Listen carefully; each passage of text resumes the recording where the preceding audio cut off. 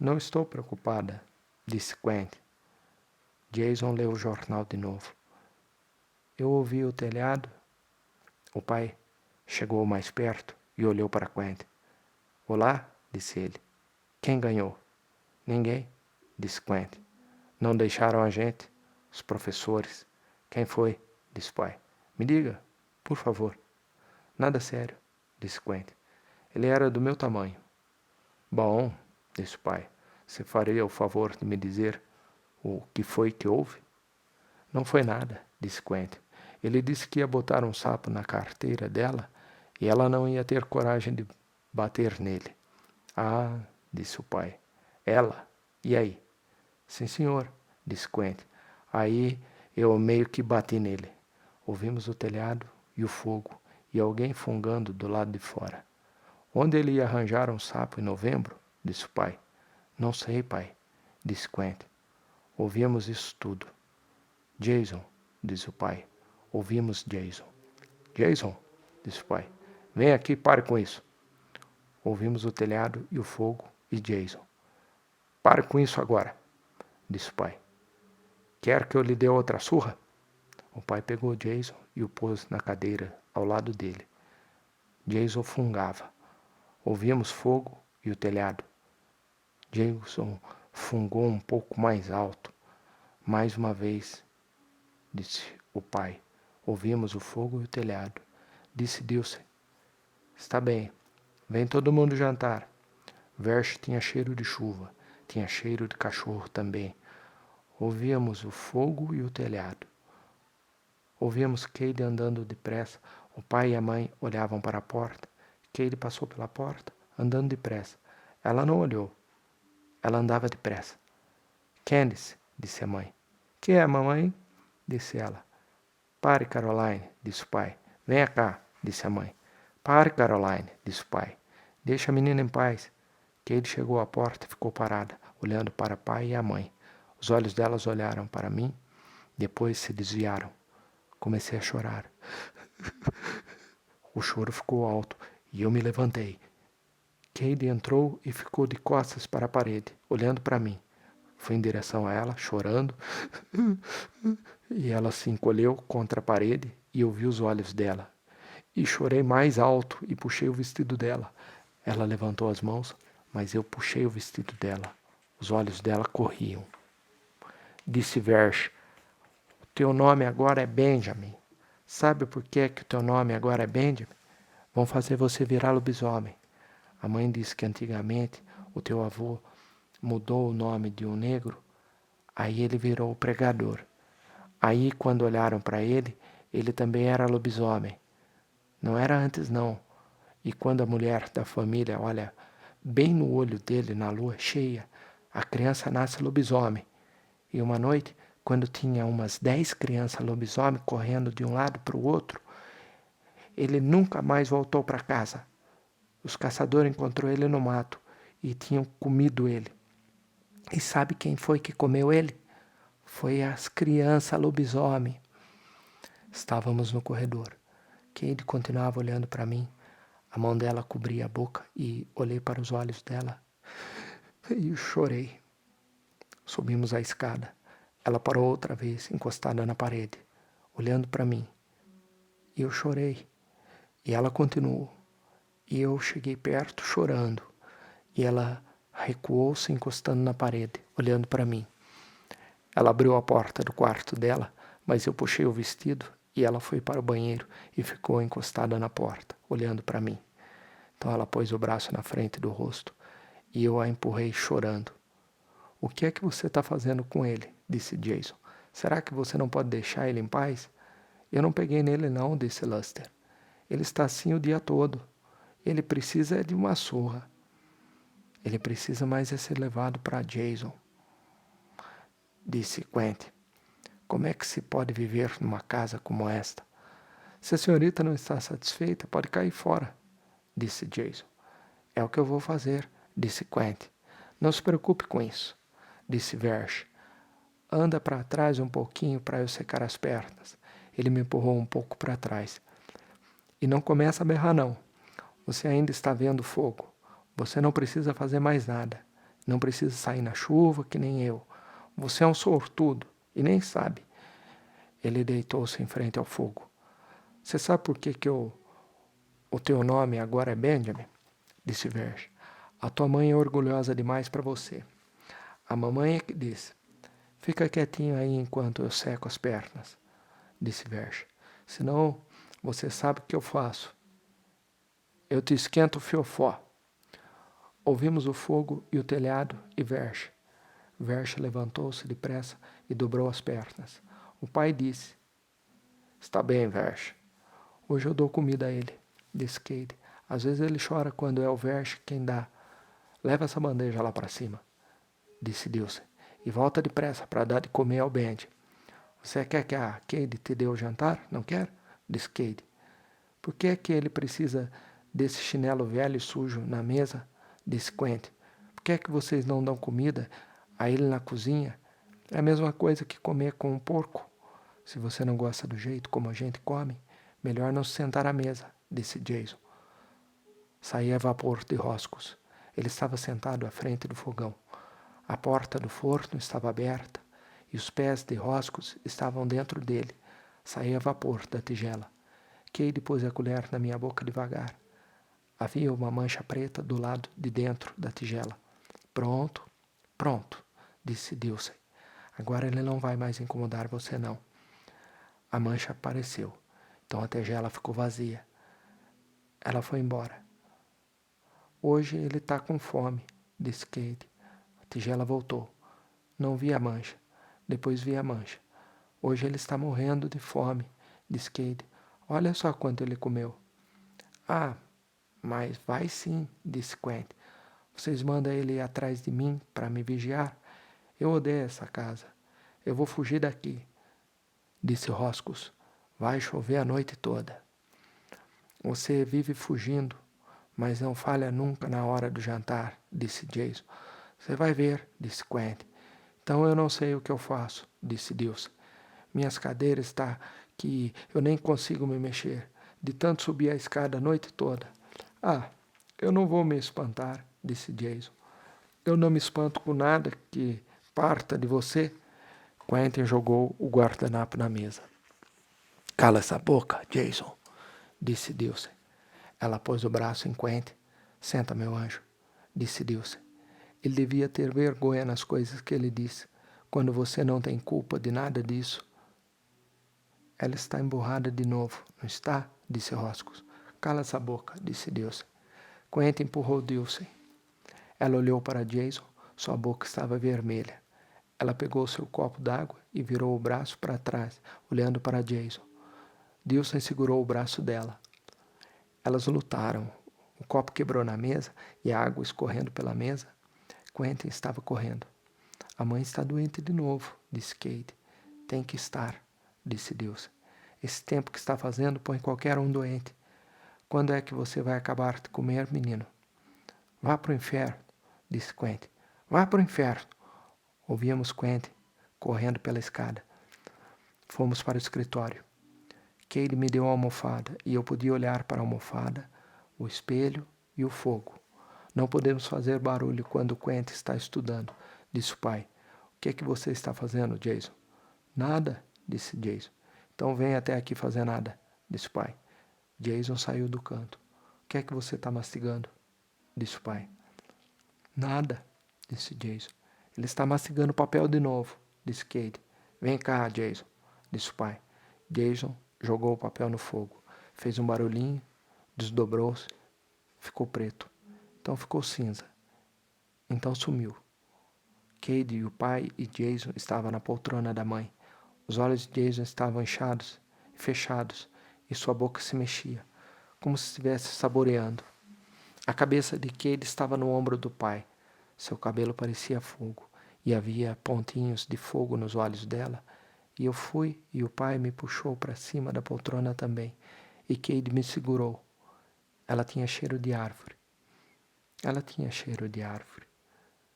No canto era escuro, mas eu vi a janela. Me agachei, segurando o chinelo.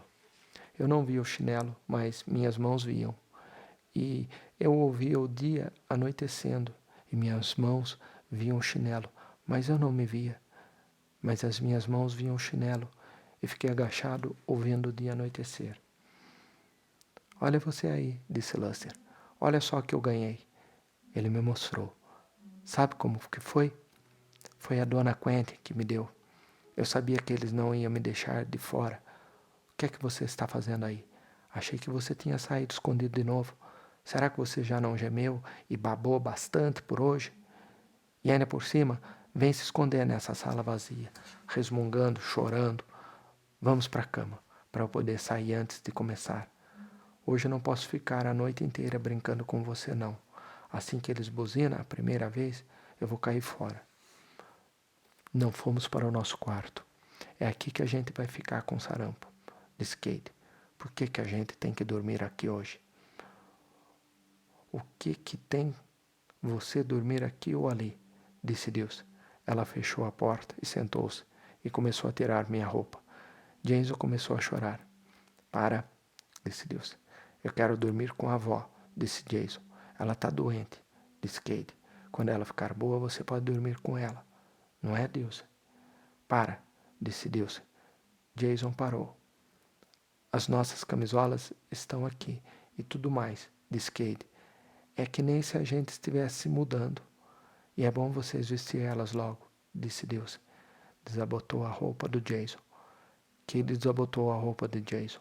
Ele começou a chorar. Está querendo levar uma surra, está? Disse Deus. Jason parou. Quentin disse a mãe no corredor. O que? Disse Quentin atrás da parede. Ouvimos a mãe trancar a porta. Ela olhou dentro do nosso quarto e entrou e se debruçou sobre a cama e me beijou na testa. Quando você terminar de colocá-lo na cama, vá perguntar a Dilce se ela não quer que eu use o saco de água quente, disse a mãe. Diga a ela que se não quer, vou tentar passar sem ele. Diga a ela que eu só queria saber. Sim, senhora, disse Lucy. Vamos lá, tira essas calças. Quentin e Verge entraram. Quentin estava com o rosto virado. Por que você está chorando? Disse Kate. Para, disse Deus. Agora todo mundo tira a roupa. Pode ir para casa, Verge. Tirei minha roupa e olhei para mim mesmo. Comecei a chorar. Para, disse Luster. Não adianta nada ficar procurando. Não tem mais. Se ficar assim, a gente não faz mais aniversário para você. Ele me vestiu a camisola. Eu parei. E então Luster parou, a cabeça virada para a janela. Então ele foi até a janela e olhou para fora. Ele voltou e pegou meu braço. Lá vem ela, disse ele. Calado agora. Fomos até a janela e olhamos para fora. Saiu da janela de Quentin e desceu pela árvore. Vimos a árvore tremendo. O tremor foi descendo pela árvore. Depois saiu e atravessou o gramado. Depois não vimos mais. Vem, disse Luster. Olha lá.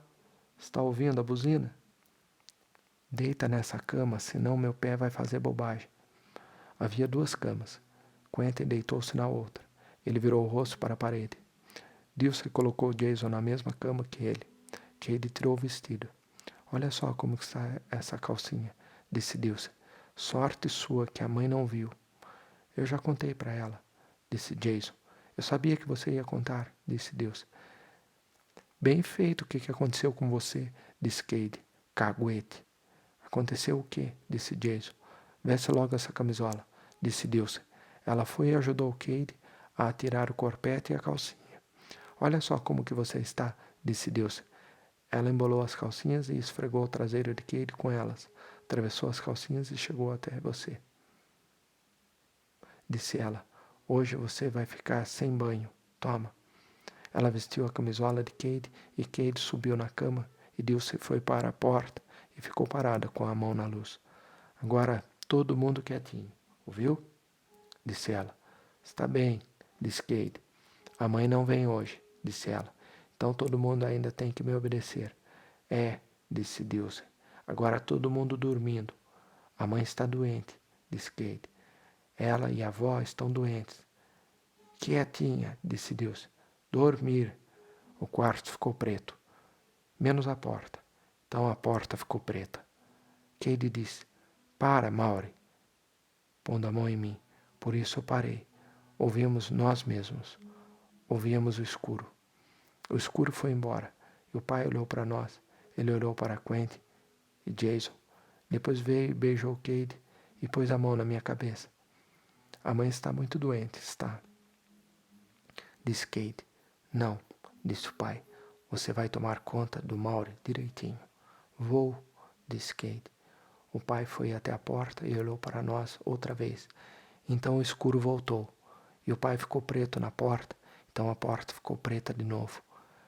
Cade me pegou e eu ouvia todos nós e o escuro e sentia o cheiro de alguma coisa. Então eu via as janelas, onde as árvores estavam zumbindo. Então o escuro começou a virar umas formas lisas e brilhantes, como sempre acontece, mesmo quando Cade depois disse que eu estava dormindo. Capítulo 2 de junho de 1910. Quando a sombra do caixilho apareceu na cortina, era entre 7 e 8 horas. Portanto, eu estava no tempo de novo, ouvindo o relógio. Era o relógio do meu avô. Quando eu o ganhei de meu pai, ele disse: "Sou lhe dando o mausoléu de toda esperança e todo desejo. É extremamente provável que você o use para lograr o reduto absurdo de toda experiência humana, que será tão pouco adaptada às suas necessidades individuais, quanto foi a dele e as do pai dele. Dou-lhe este relógio, não para que você lembre do tempo, mas para que você possa esquecê-lo por um momento de vez em quando. E não gasta todo o seu fôlego tentando conquistá-lo, porque jamais se ganha batalha alguma", ele disse. "Nenhuma batalha sequer é lutada. O campo revela ao homem apenas sua própria loucura e desespero. E a vitória é uma ilusão de filósofos e nécios." Ele estava encostado na caixa de colarinhos e eu o escutava deitado. Ou melhor, ouvia. Acho que ninguém escuta com atenção o som de um relógio. Não é necessário. É possível esquecer-se do som por um bom tempo. Então, um único tic-tac é capaz de criar na mente toda a longa sequência de tempo ininterrupta e descendente que não foi ouvida. Como o pai disse, nos raios de luz, longos e solitários, pode-se ver Jesus caminhando. E o bom São Francisco que disse: "Irmãzinha morte", ele que nunca teve irmã. Ouvi do outro lado da parede as molas da cama de Shrev e depois os chinelos dele se arrastando no chão. Levantei-me, fui até a cômoda, corri a mão por ela e peguei o relógio. Virei-o de costas e voltei para a cama. Mas a sombra do caixilho continuava no lugar. E eu havia aprendido a calcular a hora até quase um minuto exato, de modo que era preciso dar as costas para a janela, sentindo os olhos que os animais tinham atrás da cabeça quando ficava em cima, coçando. São sempre os hábitos vadios que você adquire que depois causam arrependimento.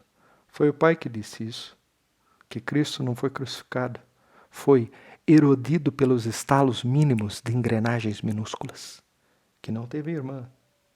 E assim que me dei conta de que não estava mais vendo, comecei a querer saber que horas eram.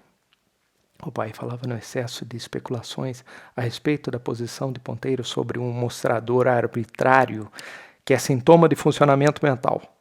Excremento, dizia o pai, é como suor.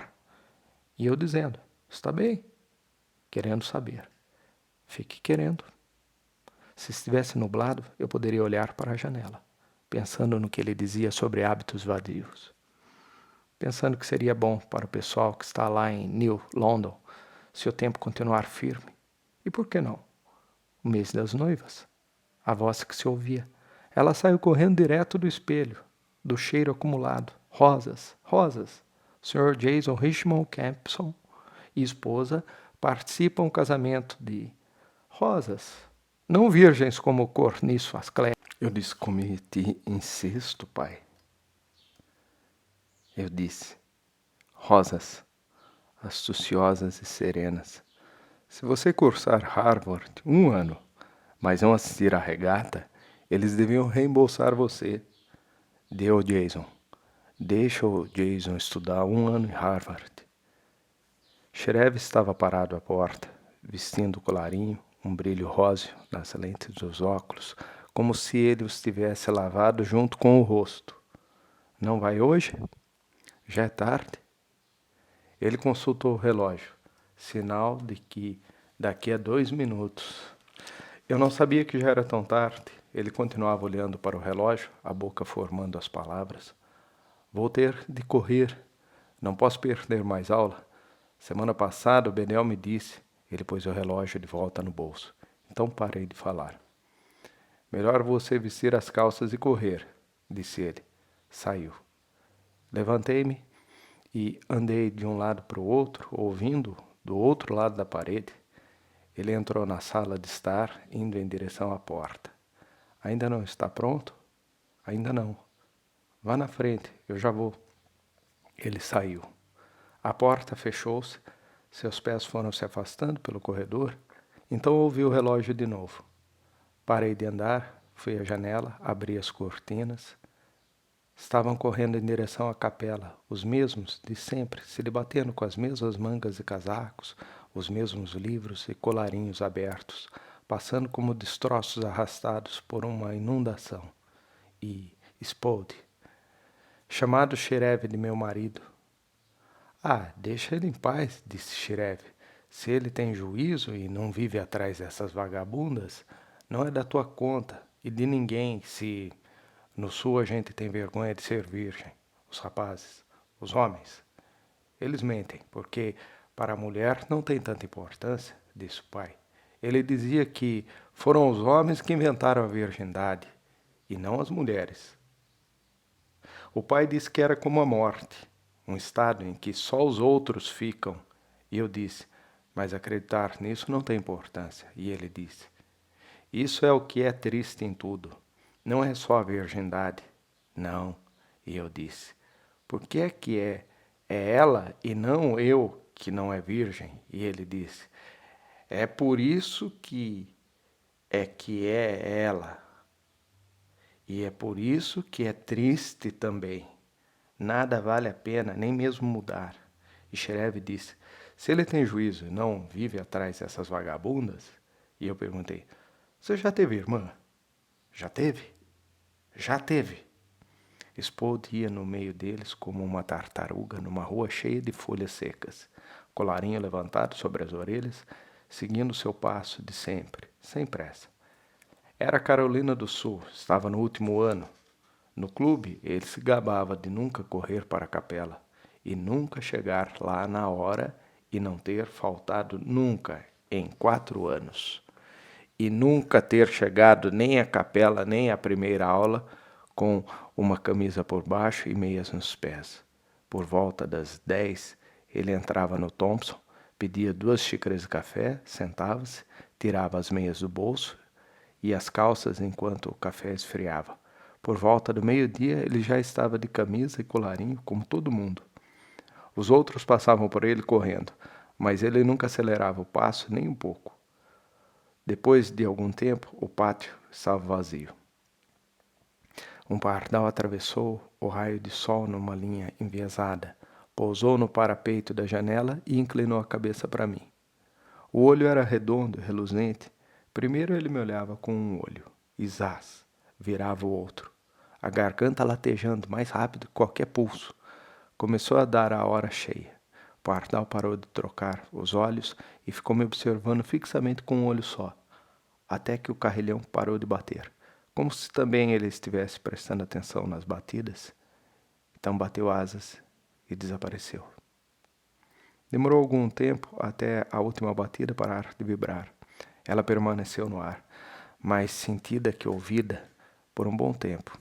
Como todos os sinos que já bateram até hoje, batendo nos raios de luz que morriam aos poucos, e Jesus e São Francisco falando sobre a irmã dele. Porque se fosse só para o inferno, se fosse só isso, acabou. Se as coisas simplesmente acabassem sozinhas, ninguém mais lá, só ela e eu. Se tivéssemos feito alguma coisa tão terrível que todos tivessem fugido do inferno, menos nós, cometi incesto. Eu disse, pai, fui eu, não foi o Dalton Ames. E quando ele pôs Dalton Ames, quando ele pôs a pistola na minha mão, eu não... Foi por isso que eu não... Ele estaria lá, e ela, e eu. Dalton Ames. Se tivéssemos feito alguma coisa tão terrível e o pai disse isso, é triste também. As pessoas não conseguem fazer nada tão terrível, não conseguem fazer nada muito terrível, não conseguem nem lembrar amanhã do que parecia terrível hoje. E eu disse, a gente pode se esquivar de tudo. E ele disse, pode mesmo? Eu vou olhar para baixo e ver meus ossos murmurantes e a água funda como vento, como um telhado de vento. E, muito tempo depois, não dá para distinguir nem mesmo os ossos sobre a areia deserta e inviolável. Até o dia em que ele dirá, erguei-vos, só o ferro de passar subirá à superfície. Não é quando você se dá conta de que nada pode ajudar você, nem religião, nem orgulho, nem nada. É quando você se dá conta de que não precisa da ajuda de ninguém. Dalton Ames.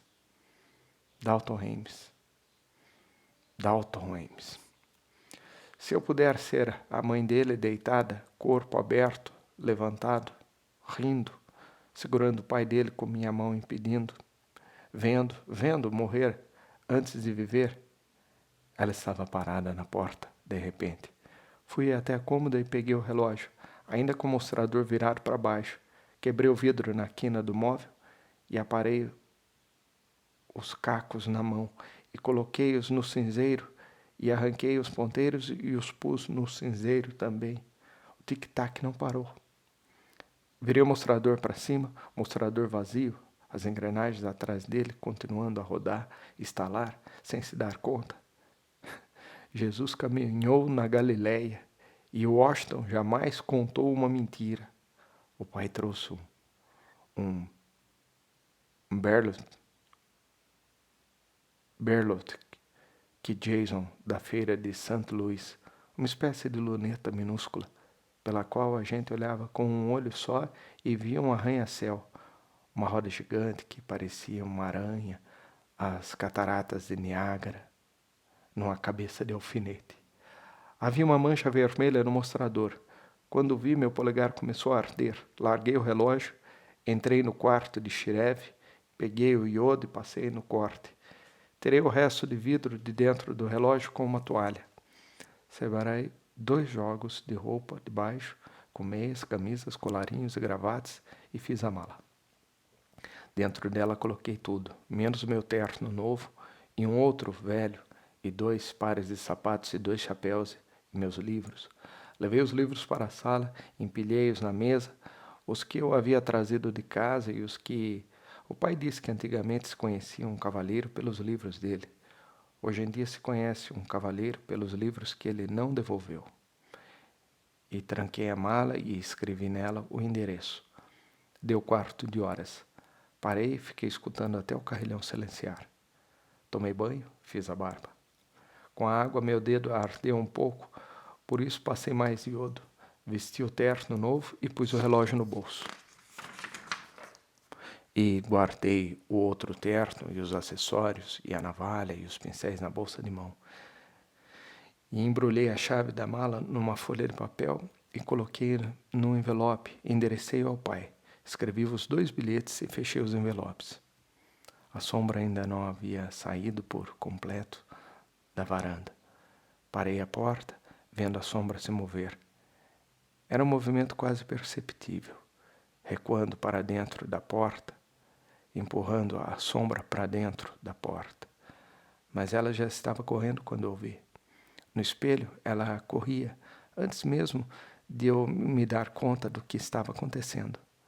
Depressa, com a cauda jogada sobre o braço, ela saiu correndo do espelho, como uma nuvem.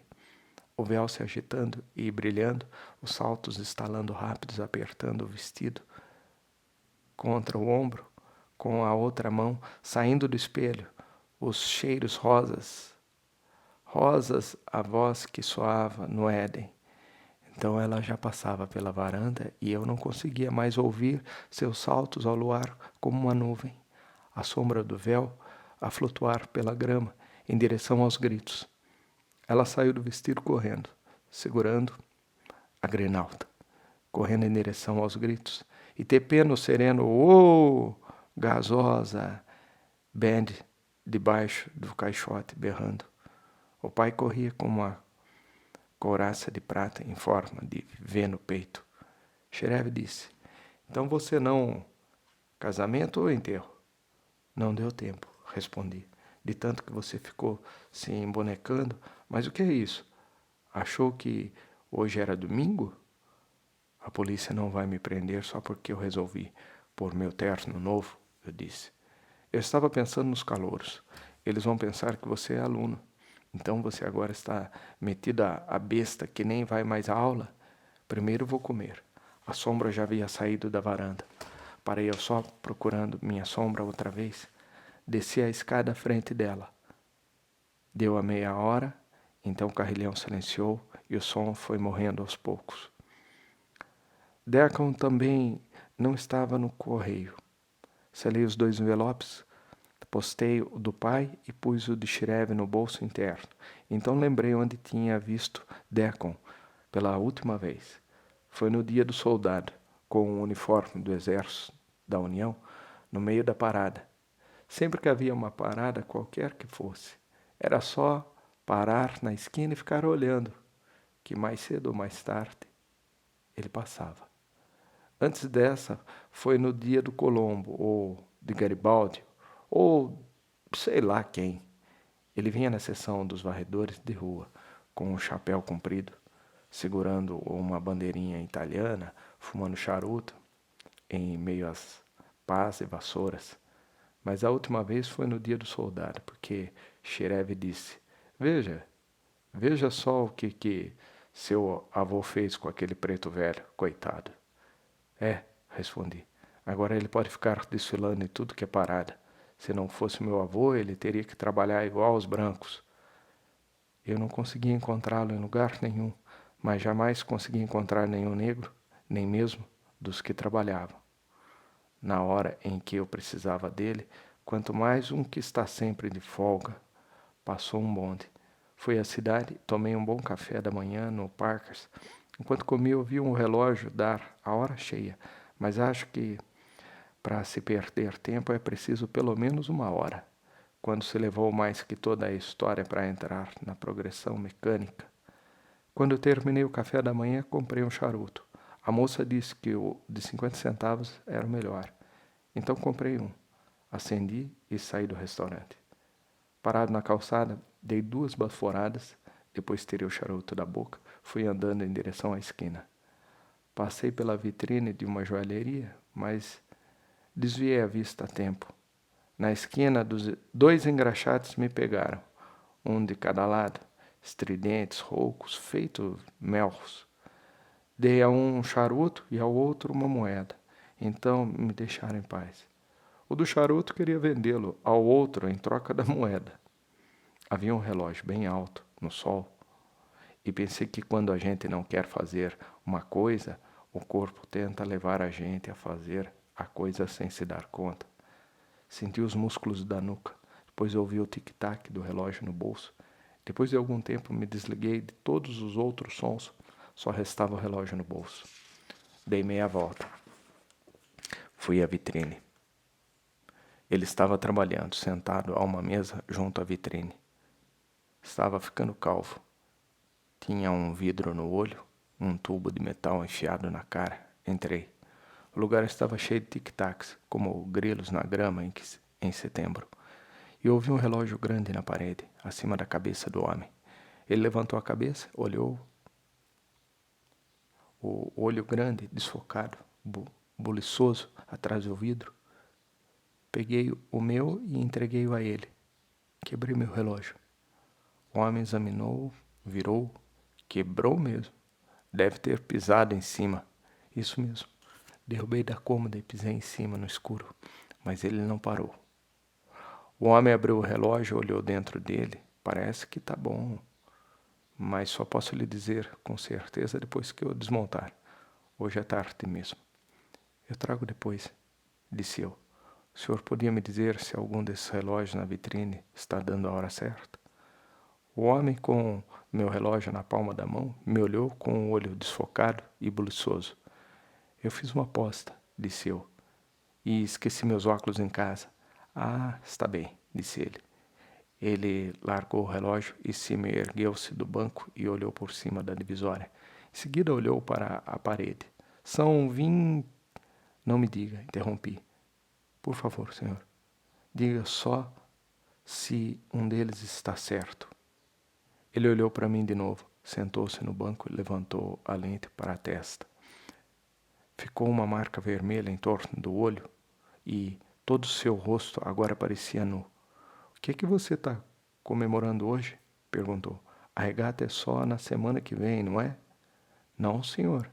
É uma comemoração particular. Aniversário. Algum deles está certo?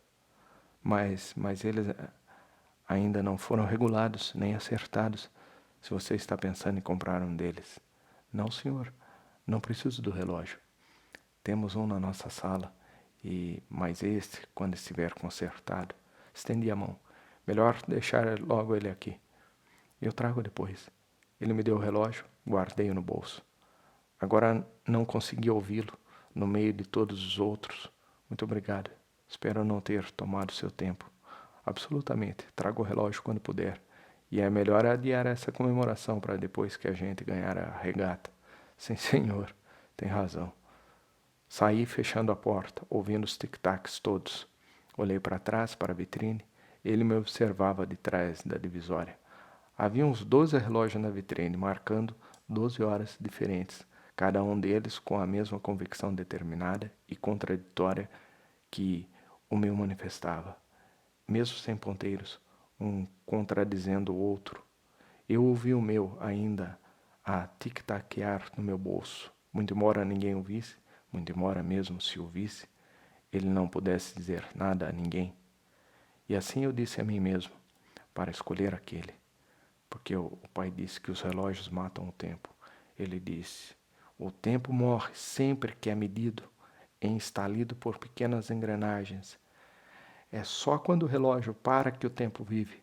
Os ponteiros estavam estendidos, desviando-se um pouco da horizontal, formando um leve ângulo, como uma gaivota planando no vento, contendo tudo aquilo que eu antes lamentava, tal como a lua nova contém água, segundo os negros.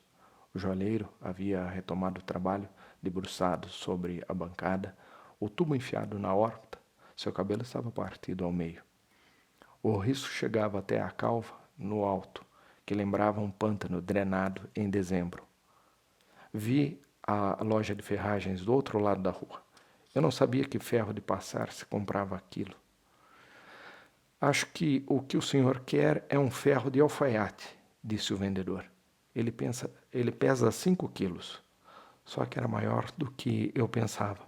Assim comprei 2 pequenos, de 3 quilos cada um, porque embrulhados pareciam um par de sapatos. Junto eram bem pesados, mas lembrei de novo do que o pai falara sobre o reducto absurdo da experiência humana. E pensei que era a única oportunidade que eu teria para aplicar o que aprendera em Harvard. Talvez no ano que vem, talvez sejam necessários 2 anos de faculdades para aprender a fazer isso direito. Mas lá fora eles me pareceram bem pesados. Veio um bonde, tomei-o, não vi a placa na frente. Estava cheio, a maioria era de pessoas que pareciam prósperas e liam jornais. O único lugar vazio era ao lado de um negro. Ele estava de chapéu coco, sapatos engraxados, tinha na mão um toco de charuto apagado. Antes eu achava que todo sulista tinha de estar sempre preocupado com os negros. Eu achava que era o que os nortistas esperavam dos sulistas. Logo quando vim para leste, eu sempre dizia a mim mesmo, você tem que encará-los como pessoas de cor e não como negros. E se por acaso não tivesse acontecido de eu ter pouco contato com eles, eu teria desperdiçado muito tempo e energia até me dar conta de que a melhor maneira de encarar qualquer pessoa, seja branca ou preta, é tomá-la pelo que ela é e deixá-la em paz. Foi então que me dei conta de que um negro é menos uma pessoa do que uma forma de comportamento, uma espécie de reflexo obverso dos brancos com que ele convive. Mas início achei que devia estranhar não ter um monte de negros à minha volta, porque pensava que era isso que os nortistas pensavam de mim, mas só percebi que de fato sentira falta de Roscos e Dilce e os outros naquela manhã, e olhei para fora. O trem estava parado quando acordei e levantei a cortina. O vagão estava obstruindo uma passagem de nível, onde duas cercas brancas desciam um morro e depois se espalhavam para os lados e para baixo, como um esqueleto de chifre, e havia um negro montado numa mula, parado na estrada sulcada, esperando o trem sair do lugar. Eu não sabia quanto tempo ele estava lá, mas estava montado na mula, com um pedaço de cobertor enrolado na cabeça, como se ele e a mula tivessem sido instalados ali junto com a cerca e a estrada, ou com um morro, como uma placa que diz: "Você está em casa outra vez". Ele estava montado em pelo e os pés estavam quase se arrastando no chão. A mula parecia um coelho. Abri a janela. "Ô, meu tio", chamei. "É por aqui?" "Sou?" Ele olhou para mim, depois afrouxou o cobertor e descobriu a orelha. "Presente de Natal", disse eu. "O senhor me pegou direitinho, hein, senhorzinho?" "Por essa vez passa." Peguei minhas calças no porta-bagagens, tirei do bolso uma moeda de 25 centavos. "Mas a próxima vez, cuidado. Vou estar passando por aqui 2 dias depois do ano novo. Fique atento." Joguei a moeda pela janela. "Compre um presente de Natal para você mesmo." "Sim, senhor", disse ele. Desmontou, pegou a moeda, esfregou-a na perna.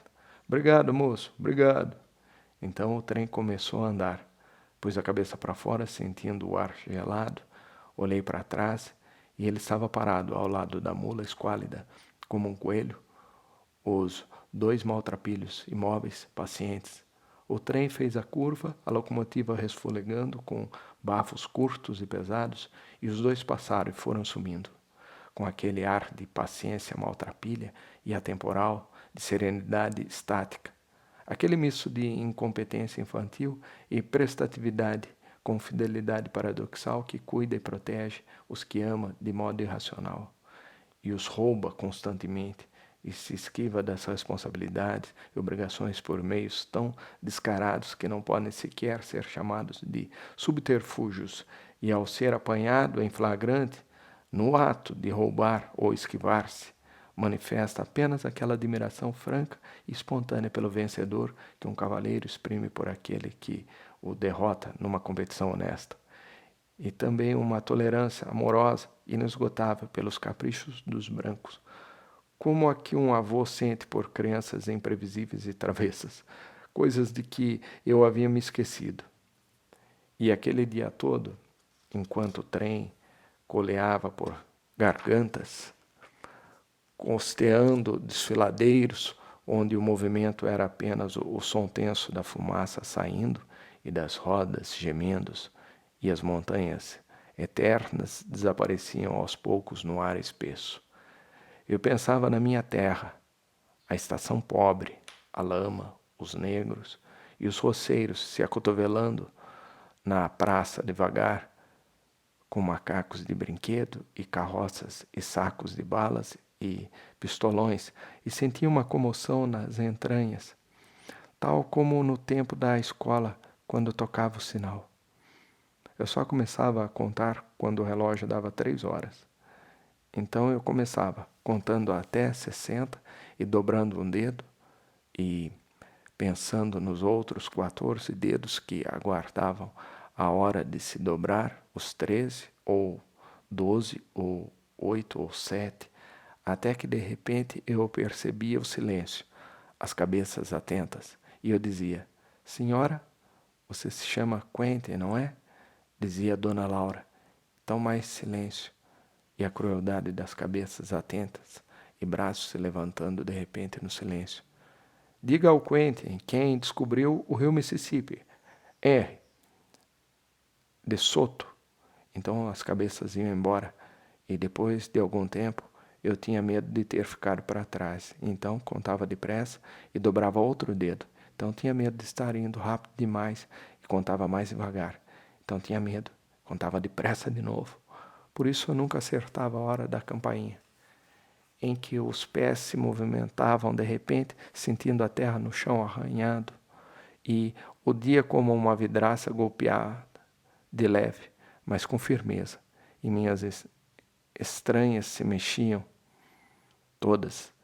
Eu imóvel no meu banco, tudo se mexendo imóvel. Minhas entranhas se reviraram por ti. Ela estava parada à porta de repente. Benj, gritando. Benjamin, filho da minha velhice, gritando. Cade, Cade, eu vou fugir. Ele começou a chorar e ela veio e pôs a mão nele. Para de chorar. Não vou não, para. Ele parou. Dilson. Ele sente o cheiro das coisas que a gente diz para ele quando ele quer. Não precisa escutar nem falar não. Será que ele sente o cheiro do nome novo que deram para ele? O cheiro do azar? Ele não quer saber disso, de azar não.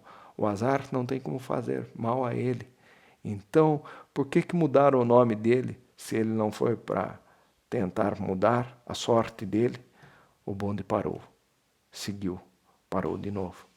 Pela janela eu vi os cocurutos das pessoas que passavam, cobertos por chapéus de palhas novos, que ainda não estavam desbotados.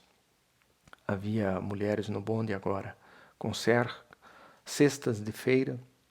Os homens com roupas de trabalho começavam a ser mais numerosos que os sapatos engraxados e colarinhos.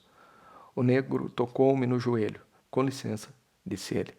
Tirei as pernas do caminho para deixá-lo sair. Estávamos passando por um muro. O ruído do chacoalhar era devolvido para dentro do bonde, para as mulheres com cestas de feira sobre os joelhos e um homem com um chapéu manchado e um cachimbo preso na fita. Senti cheiro de água e por uma falha no muro vi um reflexo de água e 2 mastros e uma gaivota imóvel no ar, como se houvesse um fio invisível entre os mastros. E levantei a mão e apalpei, através do paletó, as cartas que eu havia escrito. Quando o vagão parou, saltei. A ponte estava aberta para que uma escuna passasse. Estava sendo rebocada. E o rebocador seguia junto à quadra da popa, deixando uma trilha de fumaça. Mas o navio parecia estar se deslocando sem nenhuma força propulsora. Um homem nua da cintura para cima estava enrolando um cabo no castelo de proa. Seu corpo curtido de sol era da cor de uma folha de tabaco. Um outro homem com um chapéu de palha sem copa estava ao leme. O navio passou por baixo da ponte, deslizando entre as colunas nuas como um fantasma à luz do dia, com 3 gaivotas pairando acima da popa como se fossem brinquedos pendurados em fios invisíveis. Quando a ponte se fechou, atravessei-a e fiquei debruçado na grade acima das casas dos barcos. O flutuar estava vazio e as portas estavam fechadas. Os remadores agora só treinavam no final da tarde. Antes disso, descansavam. A sombra da ponte, as barras da grade, minha sombra se estendendo plana sobre a água. Eu havia enganado com tanta facilidade e que não me abandonava.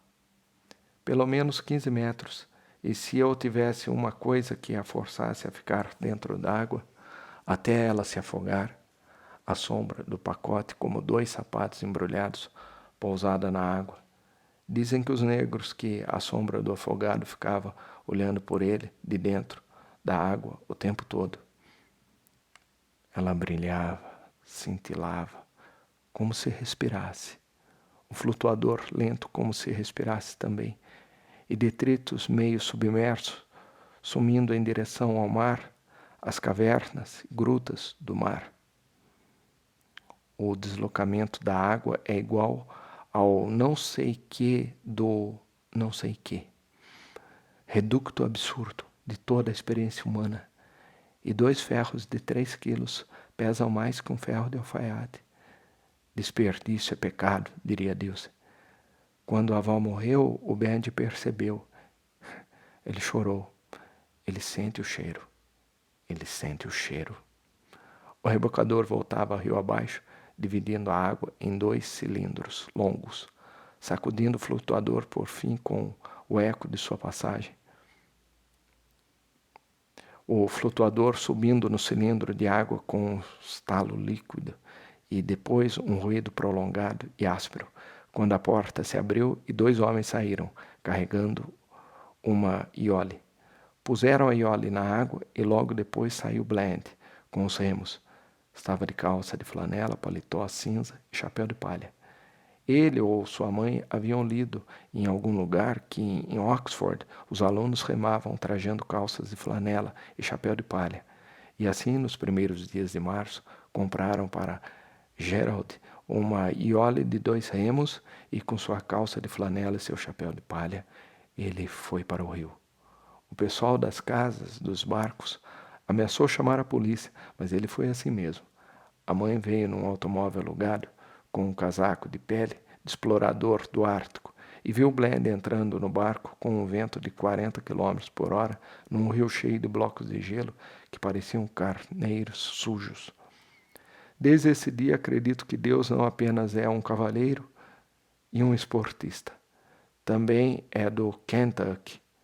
Quando ele se afastou da margem, ela tomou um desvio e se aproximou do rio de novo e foi seguindo de carro, acompanhando o filho, com o carro em marcha reduzida. Dizem que os 2 eram como se nunca se tivessem visto, como um rei e uma rainha, sem nem mesmo olhar um para o outro, mas seguindo lado a lado, atravessando Massachusetts, em trajetórias paralelas, como se fossem 2 planetas. Ele entrou no barco e começou a remar. Já estava remando muito bem. Não era para menos. Diziam que a mãe dele tentou convencê-lo a abandonar o remo e passar a fazer alguma coisa que seus colegas não soubessem ou não quisessem fazer. Mas pela primeira vez na vida, ele teimou e fincou o pé. Se é que teimosia ficar todo posudo, como um príncipe entediado, com aqueles cabelos louros cacheados, aqueles olhos violeta e aqueles cílios, aquelas roupas nova-iorquinas, e a mãe dele nos contando sobre os cavalos de Gerald, os negros de Gerald, as mulheres de Gerald. Os pais e maridos de Kentucky devem ter ficado muito satisfeitos quando a mãe levou Gerald para Cambridge. A mãe tinha um apartamento na cidade e Gerald tinha outro, além dos aposentos na universidade. Ela provava a amizade de Gerald comigo porque eu, ao menos, demonstrava um mínimo de senso de noblesse oblige por ter nascido no Sul e com os poucos outros que preenchiam as exigências mínimas quanto ao quesito geografia. Perdoava ao menos, ou tolerava, mas desde que ela se encontrou com os Spode saindo da capela,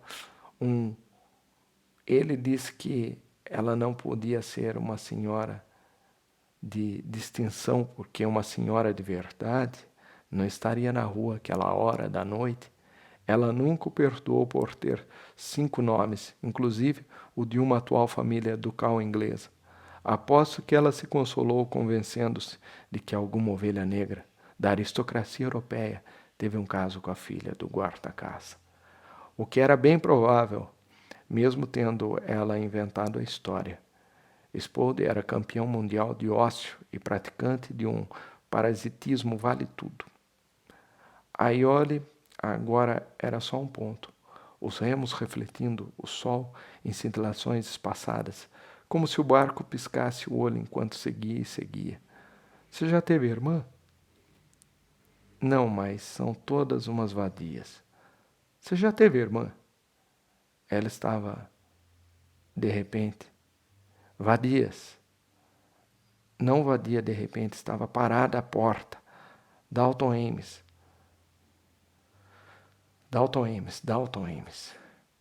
Camisas do Ames. E eu crente que era um caque. camisas do exército, até que descobri que eram de uma seda chinesa pesada ou flanela de primeira, porque faziam o rosto dele parecer tão moreno, os olhos tão azuis. Dalton Ames, quase aristocrático, cenário de teatro, só papel machê, depois pigar, amianto, não bronze, mas recebê-lo na casa, não. A Cade é mulher também, não esqueça. Ela também age movida por motivos de mulher. Por que você não traz o rapaz para casa, Cade? Por que é que você faz como as negras que no pasto, nas valas, no mato, no cio, no escuro com fúria, no mato escuro? E depois ficar algum tempo ouvindo o tic-tac do meu relógio, sentindo as cartas estalando no bolso do paletó, quando me encostava na grade e me debrucei na grade, olhando para a sombra, eu a havia enganado. Fui caminhando ao longo da grade, mas meu terno também era escuro. Eu a enganei. Penetrei na sombra do cais, então segui para o leste. Harvard, meu rapaz. De Harvard, Harvard, Harvard. Aquele pirralho cheio de espinhas na cara que ela conheceu na prova de atletismo, com as fitas coloridas rondando a cerca, assobiando para ela, como quem tenta atrair um cachorrinho, como quem não conseguiam convencê-lo a entrar na sala de jantar. A mãe começou a pensar que se ficasse sozinho com ela, ele ia enfeitiçá-la. E, no entanto, qualquer cafajeste. Ele estava deitado ao lado do caixote perto da janela urrando, capaz de chegar numa limusine com uma flor na lapela. Harvard. Quentin, esse aqui é o Herbert, meu rapaz de Harvard. Herbert vai ser uma espécie de irmão mais velho. Ele já prometeu ao Jason. Jovial, celuloide como um caixeiro viajante, boca cheia de dentes brancos, mas não sorridentes. Já ouvi falar dele lá, todo dentes, mas não sorridente. Você vai dirigir? Entra, Quentin. Você vai dirigir, vai. O carro é dela, você não está orgulhosa da sua irmãzinha, dona do primeiro carro da cidade? O Herbert, foi ele que deu. O Lois está dando aula e ela, todo dia de manhã, você não recebeu minha carta, não? O Sr. Jason Richmond Campson e sua esposa participam do casamento de sua filha Candace com o Sr. Sidney Herbert Reed, no dia 25 de abril de 1910, em Jefferson, Mississippi. O casal estará em sua residência a partir do dia 1º de agosto, no número tal da avenida de Taos, South Bend, Indiana. Sheriff perguntou, você não vai nem abrir? 3 dias. Vezes. O Sr. Jason Richmond Campson, o jovem Lochvar, chegou do oeste um pouco cedo demais, não é mesmo? Eu sou do sul. Você é engraçada, não é? Ah, eu sabia que era de algum lugar do país. Você é engraçada, sabe? Você devia entrar para o circo. Eu entrei. Foi assim que estraguei a vista, dando água às pulgas do elefante. 3 vezes, essas moças da roça. Com elas a gente nunca sabe, não é? Mas o fato é que Byron nunca conseguiu realizar seu desejo, graças a Deus. Mas vão bater num homem de óculos, você não vai nem abrir. Na mesa, uma vela acesa em cada canto sobre o envelope, amarradas com uma liga cor-de-rosa suja, 2 flores artificiais.